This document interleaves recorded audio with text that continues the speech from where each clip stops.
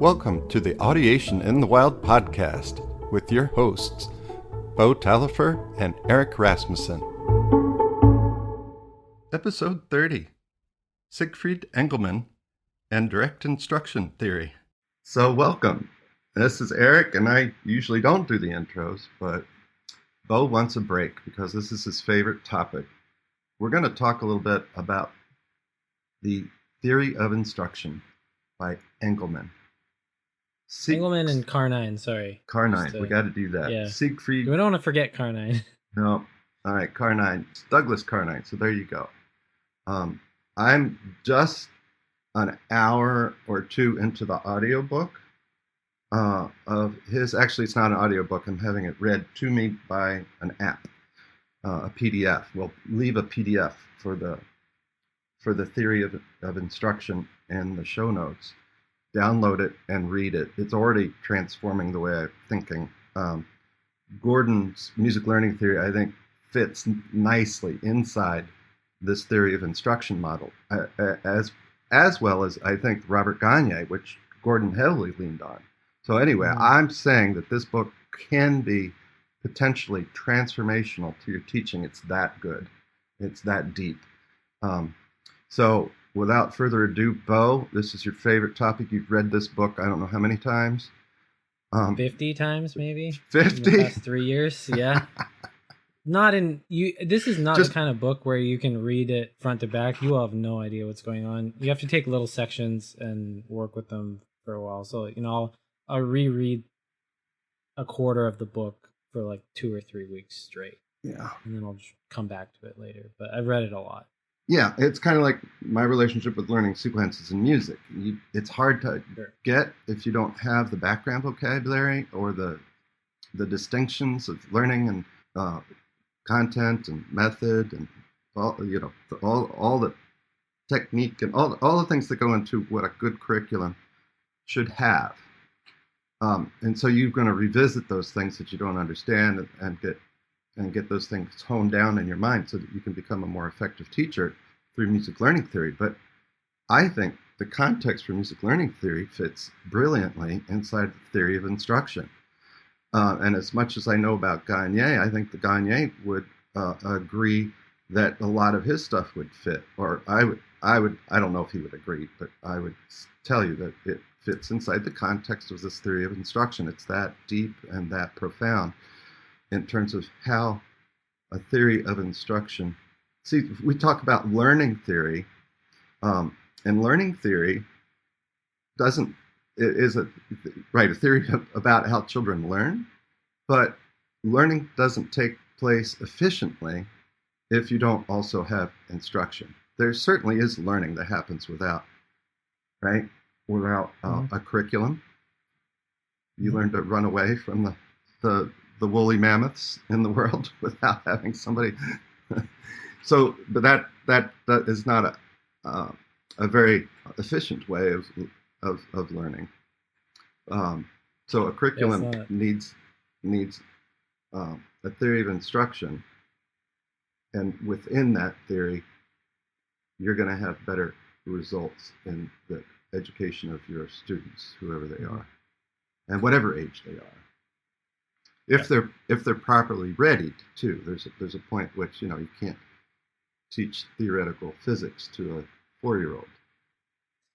Yeah, that's a really good point, and we'll get into what makes someone ready to learn something.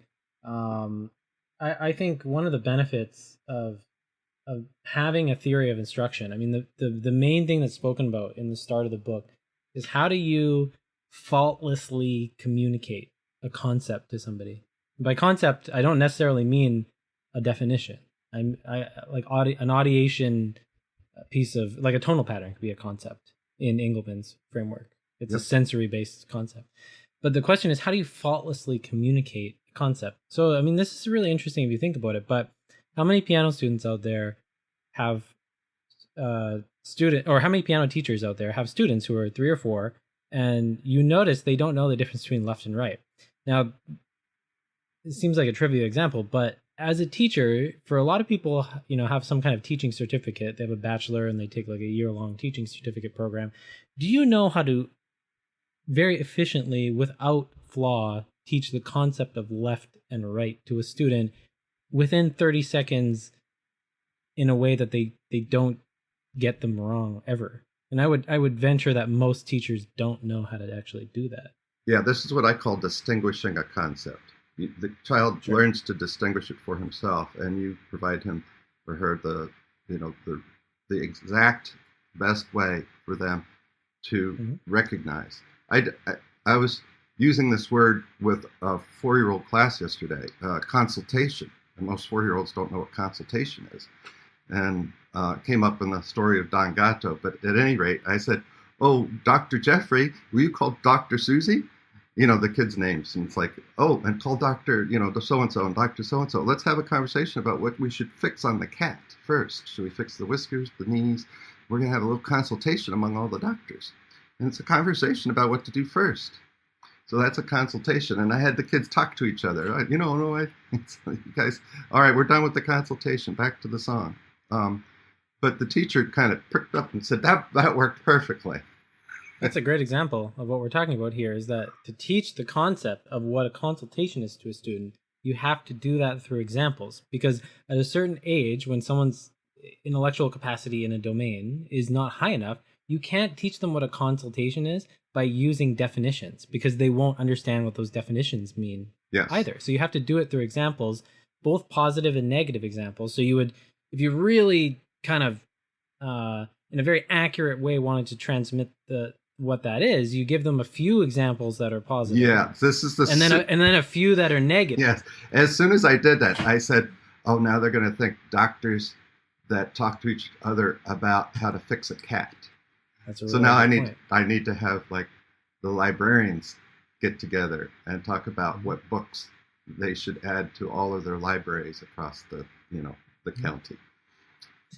Like, This is a great example of what a misrule is. So, like, when teaching tonal patterns, for example, a very, I think, dangerous thing to do would be to teach students that every time so is in the bass, it's a 5 chord. Because that's not necessarily always true. That's a misrule. You need some kind of combination of so ti re or so ti re fa.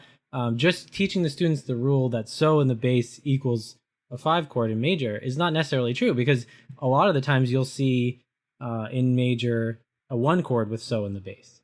And so if you're not careful about the examples and the logic you present to students, they will get confused about what you're trying to teach them. And that's one of the claims that Engelmann makes right at the start of the book, is that we can assume that learners are actually perfectly logical even when they're making mistakes. So if a student has made a mistake, the teacher has presented something in a way that makes misunderstanding a logical conclusion of what they're doing. And the reason that this is important is because we can actually examine the way people teach things, whether it's tonal patterns or whether it's concepts like left and right, or whether it's colors red, blue, or even advanced like physics, algorithms. We can examine the way people teach things and see if misrules are creeping in. yes. And misrules, and basically, if you have a class and a few people are getting confused on a topic, it's almost certain that there's a misrule. It's very often not the learner, and by very often I mean like 99 percent of the time, not the learner's fault. It's more often the communication of the concept that's at fault. Yeah. So it's not just about teaching these concepts, but it's also included in this, which is really exciting for me, is to see the parallel with music learning theory, is about how you're helped. Because there is no learning without generalization as well as rote instruction, right? There's no rote instruction without having the generalization levels as well. So the way to help a child come to, in my world, it's still always the child, but the student come to an understanding in the most efficient, and this faultless idea is really cool. And I think there's these times where I have these magic moments in class. Like yesterday, it was just really clear that the kids all got it. And then I wanted to teach a negative example or another example. I could have spent 10 minutes, and I wanted to get on with it. But the the faultless delivery of a, like really structured, like down to the word sequence of language, or some sentences that you put down that you say exactly what you want to say to the students in a manner that is just clear, making it clearly obvious what you're doing. One of the things that I did several years ago without really knowing Engelmann was I was trying to explain that children learn from sameness and difference, which is a key component of Gordon. But Engelmann and Gordon came on this almost simultaneously, it seems like, because Engelmann, I guess, really hit the scene around mid 60s. And that's when Gordon really started, publishing his music aptitude profile and all that. So I wondered what would have happened had they bumped into each other, had they crossed each other's paths. Gordon didn't include Engelmann in any of his references that I know of. It's certainly not in the music learning, learning sequences in music. But I would be fascinated to find out what might have happened there. But that's a really interesting point that you bring up. So I had this presentation to non-musicians, daycare faculty and daycare professionals, I'll call them. And I said, we need, here's a circle, here's a square. Here's a circle, square, circle, square. What's going to come next, right? And I do circle, circle, circle, circle, circle, circle, circle. And you're expecting circle, but then square happens. And then you do square, square, square, square, square, square, square, square, triangle. It's like, oh no, it's not a circle or a square. It's like, so that the more shapes you know, the more you can bring distinction to the world of shapes, and size and color and anything you want to use those shapes to do. And if you put the right sequence in, you have red square, blue square, purple square, right? And then introduce either a new color or right. You're obviously not drawing their attention to what's same is the square, and this is what you're drawing attention to. What's same is the shape, and what's different are the colors. So you can talk about now the color and shape in the same breath. Yep. And it just that's a really good example.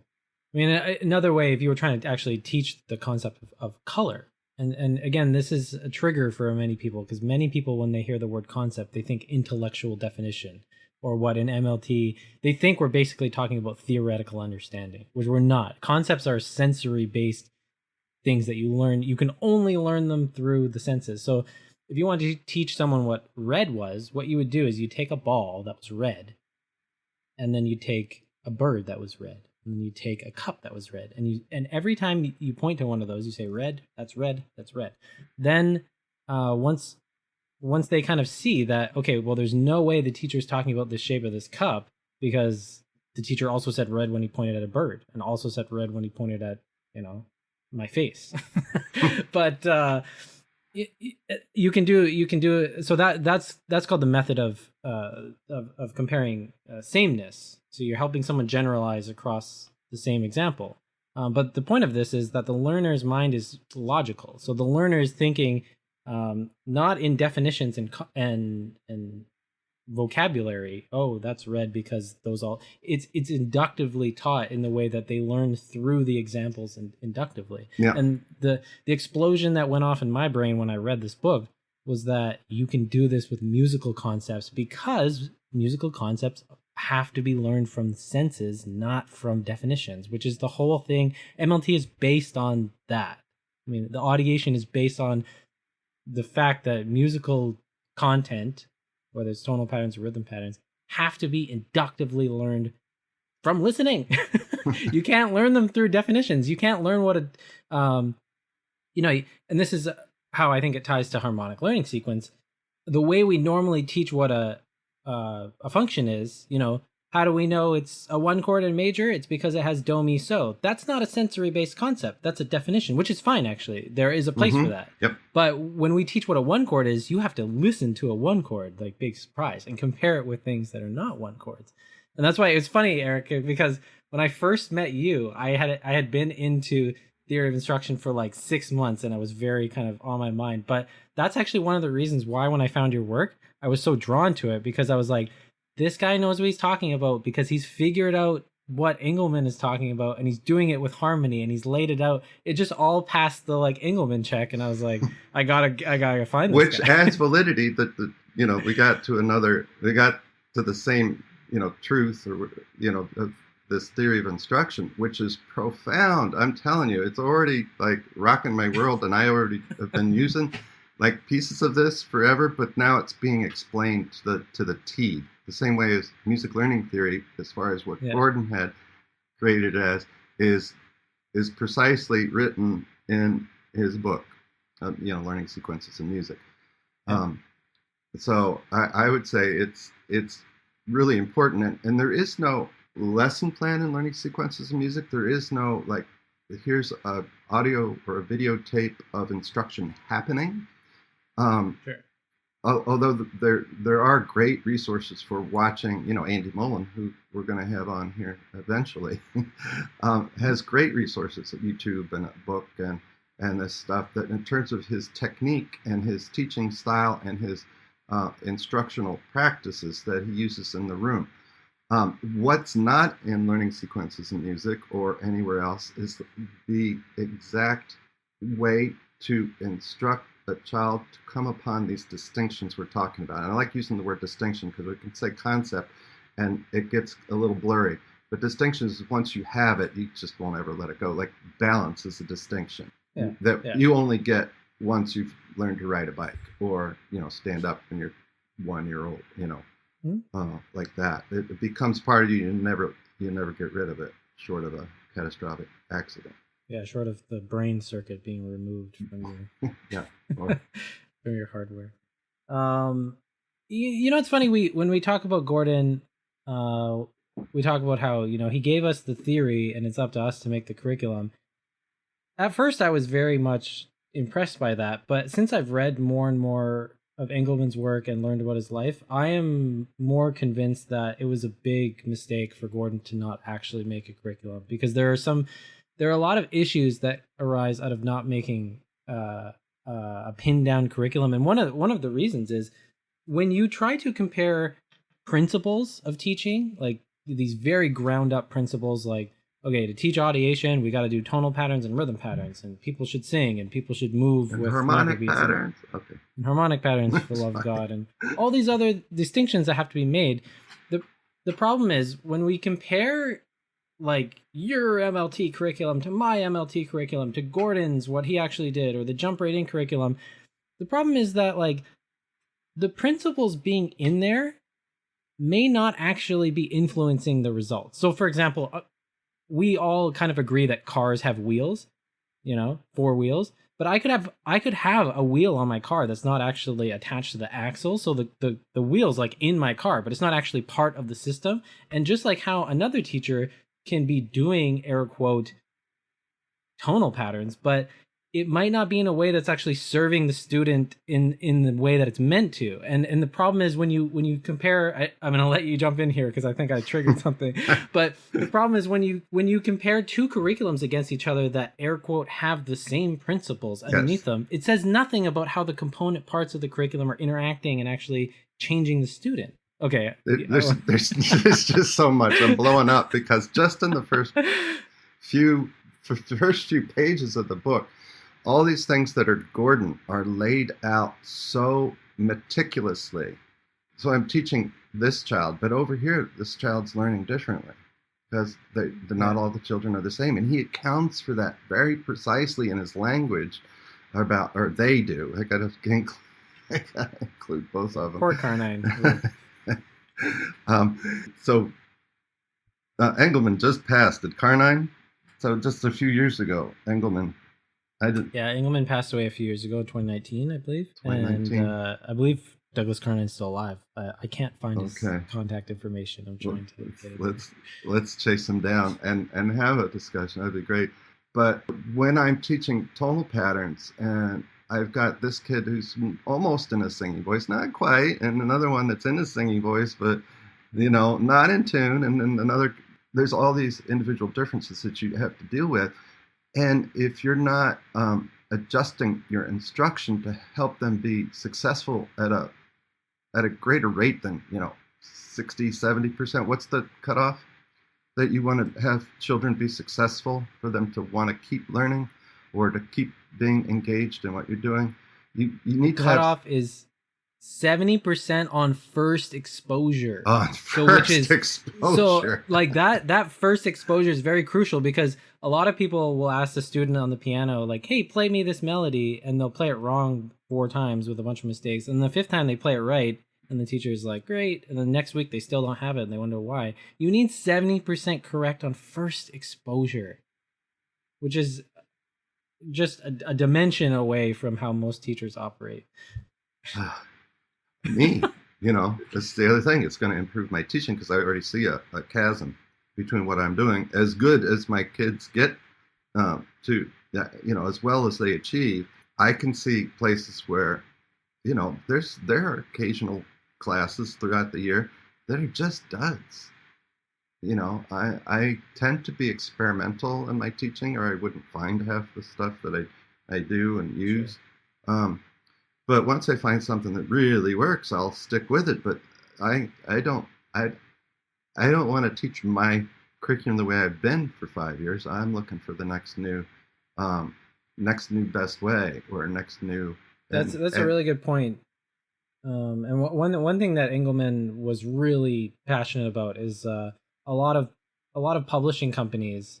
So he was in the States, so I'll talk about the States. But a specific state might mandate like a certain curriculum requirement, like the Common Core standards or whatever it's called in the States.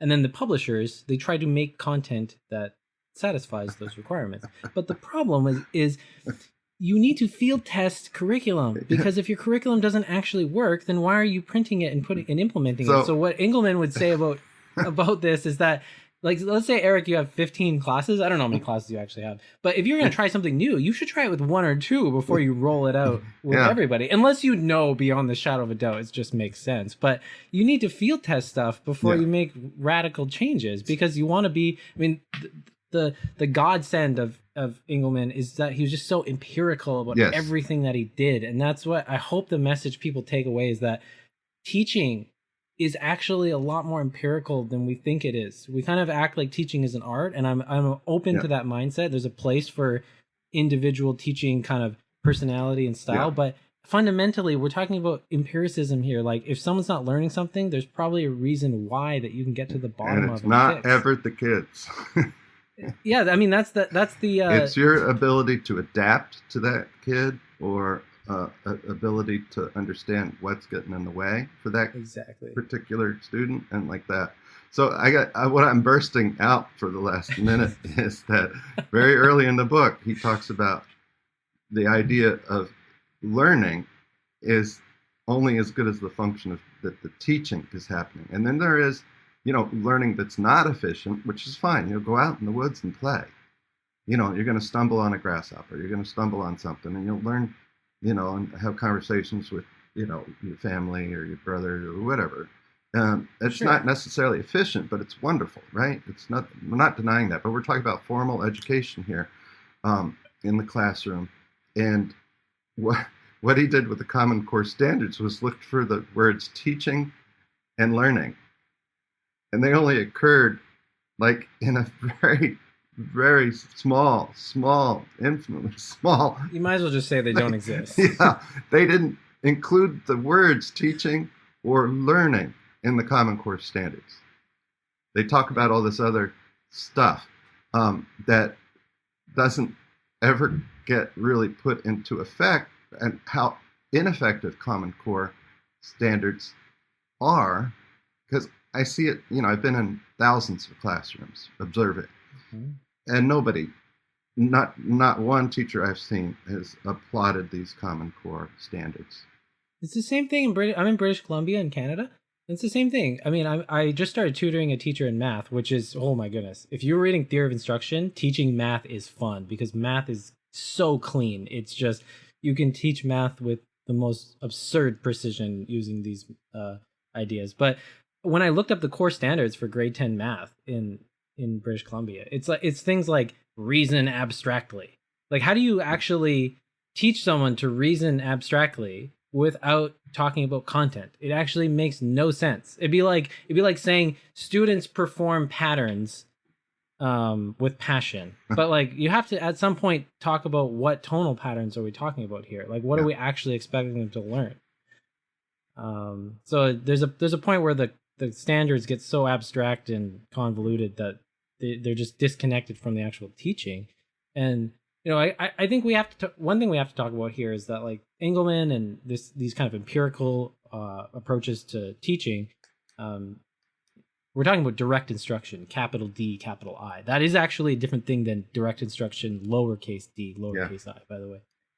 Okay, so when we're talking about direct instruction, we're talking about empirical methods of teaching, and the immediate issue that this brings up is that there, right now, and we talked about this on another episode, it's very in vogue right now in educational philosophy, to kind of not be a sage on the stage. You need to be a guide on the side. You need to be letting kids discover things and explore things themselves. And I mean, it's a very popular sales pitch, but the problem is that that's not actually an efficient way to teach things, because if you go back to what we were talking about at the start of the episode, concepts, or in Eric's language, discriminations or distinctions, they are learned through examples. Now, if you want a student to learn something specifically, what do? You control the examples that the student gets so that it faultlessly communicates the concept you want to have. Now, if you take that logic and say, let's let kids discover things, they A, won't discover things that make sense, or B, they will discover things that make misrules a lot of the time. And this is the problem with educational philosophies that say that it's often called constructivism, even though constructivism in the way that Piaget talked about it doesn't necessarily disagree with what Engelmann said. But I'm talking about very poor interpretations of constructivism that say, oh, we shouldn't basically explicitly teach kids stuff. We should just let them figure out everything on their own. But like, could you imagine the difference in education if I have a student who's 0 years old and they see Eric their whole life and they get this harmonic instruction, versus a student that I just leave at a piano and try to have them discover things and take them to concerts? Like, it's obvious which one is going to produce more if they're of a both benefit. of average aptitude or whatever, because you could get well, yeah, but that's a fair comparison. You could leave Lucas Foss at a piano, and he'll be far better off than an average person would be under my instruction. But I mean, one thing though that Engelmann talked about, though, if you take someone, you're talking about aptitude, but he talked about IQ. It's the same. If you take a high performer and you put them in an environment that they also are getting less than 70%, right, on the first exposure, what happens to them? They start hating learning. They start becoming disinterested. The reason high performers often excel at the rate that they do is because they are naturally getting 70% right on the first exposure, and that makes them like learning. It's a very big kind of competence boost. You feel a surge of motivation. But I thought I'd bring the constructivism thing up, because it's very hard to disentangle from this conversation. What you just said is exactly what happened to me. I was taking piano lessons, and I learned the traditional way, names of notes, lines and spaces, all this, right? And, here's C, D, and E. Use 1, 2, 3 to play this song. But the next year, I hadn't found anything that I was exceptional at school. And the next year I was in 4th grade, and I took up trumpet. Now I've got 3 buttons to play. I already can sing. And it was just so easy for me. I ripped through the book. I got 1 B and all the rest A's on my lessons. And I was so proud, right? And I just never turned back, because that was the one thing I was good at was music. And then eventually I found out maybe not good enough to be a performer like I wanted to be. In high school I thought I would be a symphony orchestra or some kind of performer. Sure. But when I got into teaching, it's just a whole other set of skills that you find out that you don't have until you meet Gordon. Right? Oh, yeah, Teaching skills that without any audiation in the background. It's like only good curriculum music curriculum has got to be based in audiation. End of story. And other than Yeah. that, what are you teaching? You were teaching concepts or ideas or drawing pictures. This is one that gets my goat is drawing Mhm. pictures to music. That's a really fun activity for children to engage with. Oh, Engelmann would chew people out for that. Now, if you're drawing a picture because you're enjoying the subject of drawing, that's valid. But to try to teach something, some musical content through drawing, it's absurd. I'm not It's saying you should never do that stuff with kids, but it's absurd to think you would actually effectively teach a concept, the musical yeah, concept or it's discrimination it's like an that. experience. Like going to a concert. It's a good experience, and nothing Oh yeah. wrong with that. But you're not really saying, short of here's this experience that you may or may not have very often Mhm. in the next few years or even that month again. How much exposure are you going to get to jazz so you'd understand it? How much experience are you going to get with gospel until you really, you know, use it and learn it and listen to it and get it in your vocabulary and go from there. So, So yeah, we agree. Going to concerts is a good thing. so I wanted to share something funny. So after I read this book, I started thinking like, okay, if you wanted to teach a student what major and minor is, uh, or or even artists, say you wanted to teach a student to be able to identify Chopin by listening to it, right? Versus Mozart. How do you teach it? You teach it inductively. You show them an example of Chopin. You show them an example of something that's radically different, and you say that's not Chopin. You show them a Chopin again. Now, I'm obviously going to use a composer that generally sounds the same, because if the composer themselves has music, like if you did this with Stravinsky, it wouldn't make sense. You'd be comparing early Stravinsky to what later Stravinsky. But what's crazy about this, Eric, within a few months of thinking about this study, I went on Google Scholar and someone did this oh, no study. way. It has been Oh, cool. done. Yes. And that was when I was like, I felt very validated in terms of, I came up with a study and it was valid and someone carried, and then I found someone else carried it out and I was like, Nice. oh yeah, this is something. But I don't know where they got that idea from. Yeah. So I somebody who wonder. read Engelmann or Yeah. discovered the same Um, concepts. so I had an interesting idea that I would like to do is I'd like to share the things that I see in Eric's book that line up with what is in Theory of Instruction. So this would be fun if you have a copy of Eric's book. Eric has a copy of it in his own head at this point. Uh, but there's a few things that stand out. Like if we look at, I mean, for me, one of the biggest things about Eric's book, it's definitely not the only thing, but it's the thing that Eric's book has that no one else's book really has at this point, is how to introduce harmonic functions in a way that's rational and sequenced in a digestible way.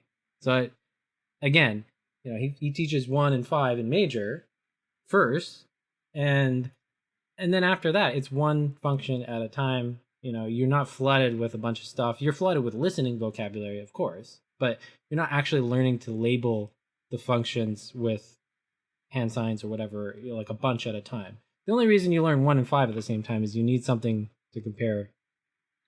You could teach 1 at first on its own. And I actually, as a side bar to this, I've been wondering if students that struggle with harmonic learning sequence, that would actually be a better place to start with them. Where and Engelmann talks about this in the book, where if you're trying to teach really hard discriminations for people to make, don't compare 1 to 5. Compare 1 to like a rhythm pattern, like something that so obviously sounds different that they kind of grab onto it. But the point that I'm making here is that Engelmann basically says in his book to do exactly what's in Eric's book. When you're introducing members of a set, and so what that means is like all these different functions, 1, 5, big 2, Yep. go on and on. 1 at a time, they need to be firm on the ones that, basically before you add 4, they should be firm on 1 and 5. And they need to be in context and out of context. So first within the context of a song, and then taken out of context of that song and done and transformed into Just different like familiar contexts. order and unfamiliar order is with tonal patterns or rhythm patterns, etc., and learning sequences. But that's one thing that I see you really kind of you had figured out on your own, and I'd love to hear about how you discovered, like when you started teaching the yes no game. I'm assuming you just realized that the students couldn't handle, like, some students can learn 3 or 4 functions really quickly, but you still have to do them in order. You can't just Yeah, teach 4 yeah, functions at yeah. once. No, and then out of that, I also have this, pick the right way, wrong way. How do you want me to do? And then you want me to do it the wrong way tonally, the wrong way rhythmically. And I have a way to say that to the kids. You want me to do it, change it from Mary had, or change it to from duple to triple. Do you want it done like this chant or like this chant? And I give them the example. Mm-hmm. Do you want to hear Mary had a little lamb done in duple, like I had a little froggy. His name is Tiny Tim. Do you want Mary had a little lamb to go like that, or do you want it to go like Jack in the Box, still as a mouse? How do you want it to go? So we retain the same resting tone, but change the rhythm, change the meter, and then I can do right way, wrong way. Would you like me to end the way Firefighter ends in minor, or the way that Twinkle Twinkle ends? What do you want me to do for Mary Had a Little Lamb? Do you want it the way that Mary had, one song ends or the other song ends? And these songs are all, I'm making sure that these songs are all learned previously, or they come to school with them already known often. There's maybe a couple kids here and there that don't know Mary Had a Little Lamb. But this right way, wrong way, or, that came to me a few years ago, because it's such an obvious extension of, is this where the song ends? Yes or no? Fleece is white as, and I caught myself, I was helping them discover resting tone. You can't go, fleece is white as snow. You go, fleece is white as snow. No, fleece is white as, is this the right place? Snow. And when you see the kids, then you know that they've discovered resting tone, right? And so fleece is white as, and I was doing that, right? Just because it was funny. I just thought it was funny. It's like Spike Jones. I grew up with Spike Jones, and if you don't know Spike Jones, look him up. And not the director, not the movie producer or whatever, but the insane comic musician. Fleece is white as, and I was playing wrong, and then this one, this is where it ends. So fleece is white as, and then I asked the children to sing, and they would say snow. I said, oh, you said the right word. That's the right word. We also got to sing. Fleece is white as, sing. I can't sing this morning. So at any rate, I caught myself playing dominant when fleece is white as, and I was playing dominant. I wasn't just showing them the melody. Note doesn't end there. I was showing them this doesn't end there. And it was an accident that I was playing the function. So no, is this where I end? And I played the function. Yes. So we learned no before we learned yes. But yes is the ending. So it was this, obviously the resolution. And so yes, no became, you can't learn yes without an example of what it's not. So I could use some noise or some, whatever. Lisa's white as drum pattern, but I just use yes, no, because sameness and difference is the basic component for rote learning. And that came, out of Gordon, which is highly, nested inside of theory of instruction. Yeah, and I just want to point out something that the listeners might have not caught on to. So when you ask them, fleece as white as, now some of the kids said snow but didn't sing snow, and so that's an example of a misroll, is where they think the word is the concept you're trying to teach. They think, oh, Eric's talking about the last word of the song, or just not even that. Eric's just talking about snow. Snow is the resting tone. But then, so what you have to do is you have to give to get rid of that misroll. You'd have to actually point out that that's not what you're talking about. Or present the example in a way that makes that not possible to get confused. Yeah, they're stronger in their language, obviously, than they are with their music vocabulary. And so, I use something that's way familiar, and anytime they show me something that's, oh, good, usually, oh, good job, you answered the question. It's like, no, it's not good enough. You need to know that that's your singing voice. That's not your singing voice. That's your singing voice, and you're singing it better than Mr. Eric.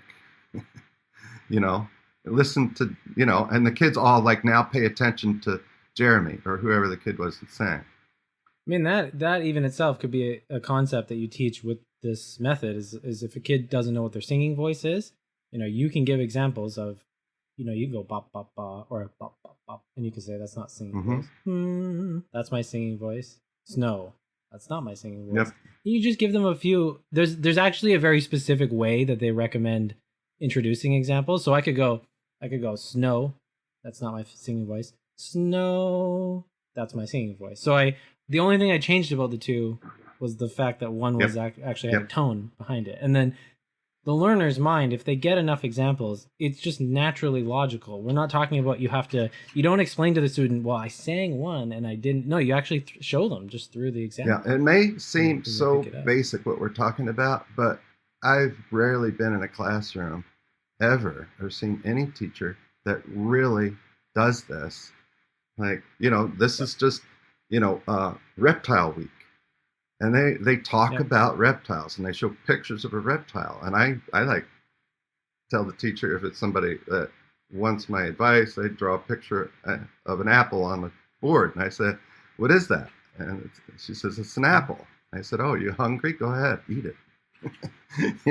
You can. It's not real, right? These are all you having to use your imagination. If you don't know what the difference between a crocodile and alligator is, explaining it, it's so much better to have these examples of the crocodile and the alligator next to each other. That's why I'm really not a fan of people that say, especially people that are on the very decoding heavy side of teaching, they don't want students to listen to the song before they play it. It's completely crazy to me because, the student actually needs some kind of example that they can try to emulate when they are playing a song. They need some kind of actual audiated, even if it's just at this point, just their listening. Yes. And of course it depends on your purpose. Like if you're teaching them to sight read, then they shouldn't listen to it. Sure. But that's a different purpose. But that's what I say about the decoding heavy teaching philosophy is often just aimed at teaching sight reading, essentially. There's one part of thinking about theory of instruction over the past few years that's changed the way that I think about tonal patterns specifically, is I think when we do, like, if you look at a lot of MLT curriculums where they do tonal patterns, like, and they start teaching 1 and 5, there's a whole bunch of them, right? It's just like there's a ton of 1 and 5 tonal patterns that are taught as like a familiar set, and then you learn. I actually don't think that that's a good efficient way to teach it. I think you should teach less tonal patterns at a time and make them more firm on the ones that they do learn, because I don't know how many are the jump right in sequence that like how many are there? 16 tonal patterns in tonic and dominant, and then there's another 16 in major, tonic, dominant, subdominant, and then there's 16 tonic dominant in minor, and then another 16 tonic dominant, subdominant in minor. So this is where and half of each are 3 note patterns and 2 note patterns. So what I'd like to see is someone take all those exact tonal patterns, not change the content at all, but change the order and the pacing of what they teach them. I bet you if you introduce them one at a time just to people instead of as a whole set, they would be more firm on them. Yeah. When I was teaching tonal patterns initially and couldn't sing them well myself, I would just play the CD of those tonal patterns in the class, and we just sang them as a group. And I would do individual patterns as well, but it was, I would play a pattern, stop the tape, and the kid would sing. Play a pattern, stop the tape, and the kid would sing. Play the pattern, stop it, and the kid, with CDs it was easier. But I was just playing and stopping, and so it was kind of random. Sure. It wasn't teaching the individual differences, but it was getting tonal patterns done well. Sure. Take away the fact that the teacher couldn't do what the kids were doing initially. That's how bad a musician I was. It was really difficult. Yeah, when I found MLT, I could sing all the patterns already. So. Yeah. But that's just because I got grilled by enough jazz musicians. I did have the listening vocabulary. I had a lot of stuff. So it took some time to get me to use my voice, because my voice, and we talked about this in another episode, my oral was my trumpet. and in a lot of ways. Sure. So it's not like I was terrible. I just couldn't sing, which I could think have. that's common. But Yeah. we're getting off topic on there, but it's important. So I just wanted to finish on this topic of, so the reason I say this is because in my own learning, I've tried to take these concepts that I use with students, but use them on like the air quote more advanced content that I'm learning. You know, like what am I learning now? I'm learning Dorian voicings in fourths, like through the scale, and I'm so you're going basically a D minor chord. If we're in D Dorian, D minor chord, then a G major chord. No, I'm going like. Do you want me to? Yeah. Do it like Engelmann would. So the way that Gordon would do this is he would take two, so like 1 and 5, but I'm using different functions, and you'd learn a bunch of them. So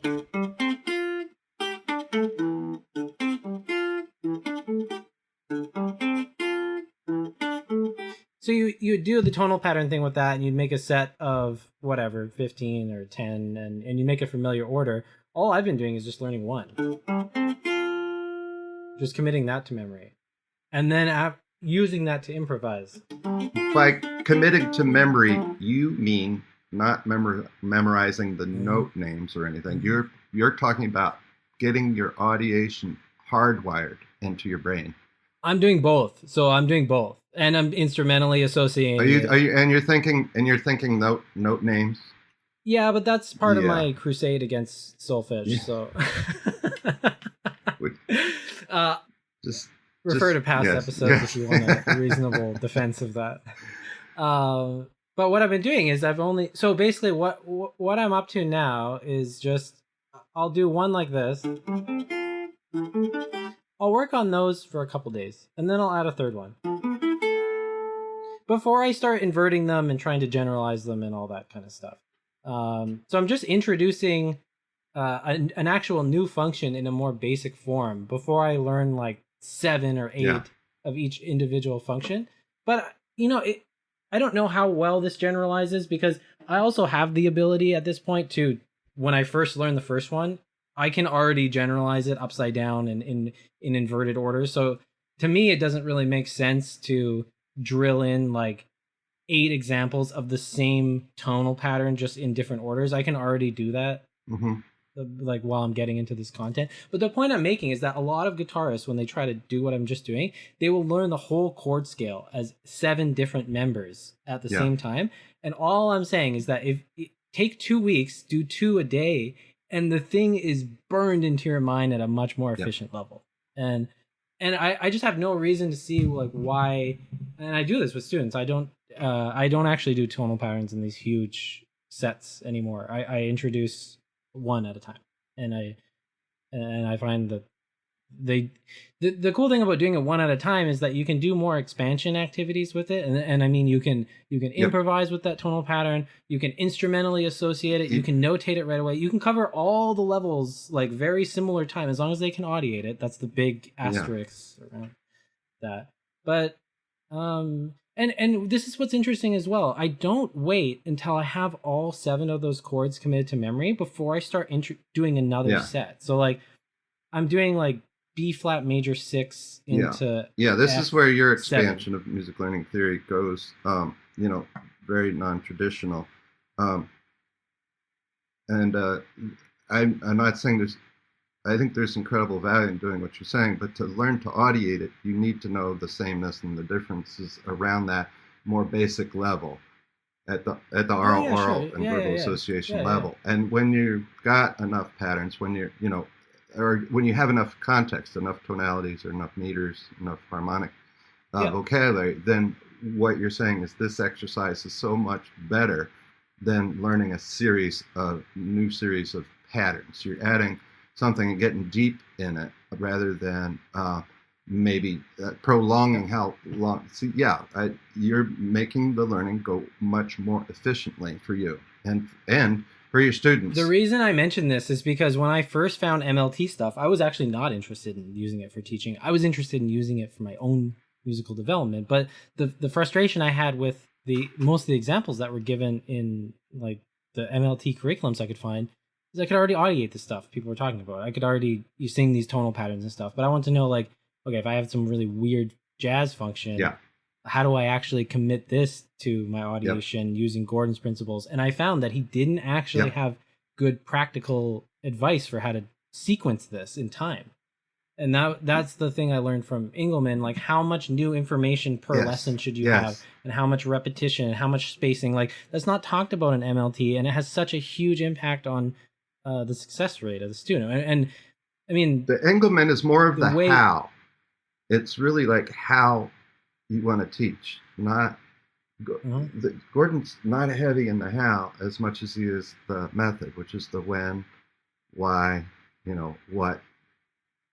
The how, the technique is really for the teacher to figure out what works better, and right, it's not really laid out. But this is a perfect partner book for learning sequences in music. You just can't go without it. I'm really on your bandwagon now, and I really like the way it's written.